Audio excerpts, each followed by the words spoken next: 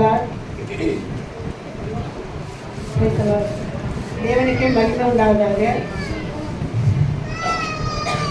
21 நாள் ஜெபம் positive prayer போட்டிருந்தேன். அது ஒரு சிறு தடை வந்தது. இருந்தாலும் கர்த்தர் 21 நாள் கிருபை செய்தார். நல்லபடியாக முடித்தேன். போடாமல் சொல்லி சொல்கிறோம். அதாவது இந்த சபையை கட்டுமான பணிக்காகவும் புதிய புதிய ஆத்துமாக்களுக்காகவும் நான் வாரத்தோடு ஜெபித்தேன்.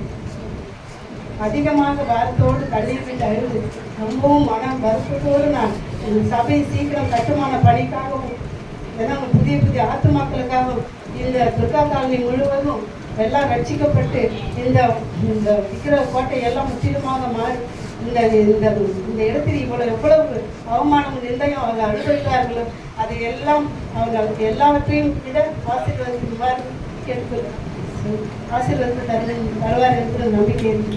இயேசுவே உங்களுக்கு சோதர கட்டாவே அப்பா இந்த பகுதி முழுவதும் ரட்சிப்புக்குள்ள வரட்டும். புதிய புதிய ஆத்துமாக்கள் இங்கே வரட்டும். ஏசப்பா சோத்திரம் அப்பா நன்றியப்பா. இந்த ஆசீர்வதிங்க.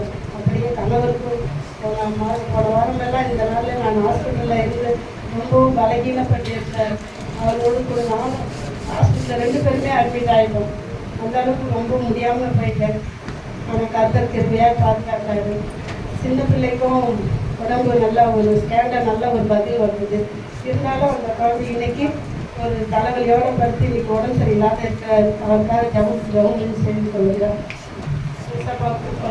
எல்லாவற்றையும் ஆசீர்வதித்து கொடுத்து தேவனுக்கு மகிழ்வு உண்டாகிறது. சாட்சி ஆசீர்வதிப்பார்.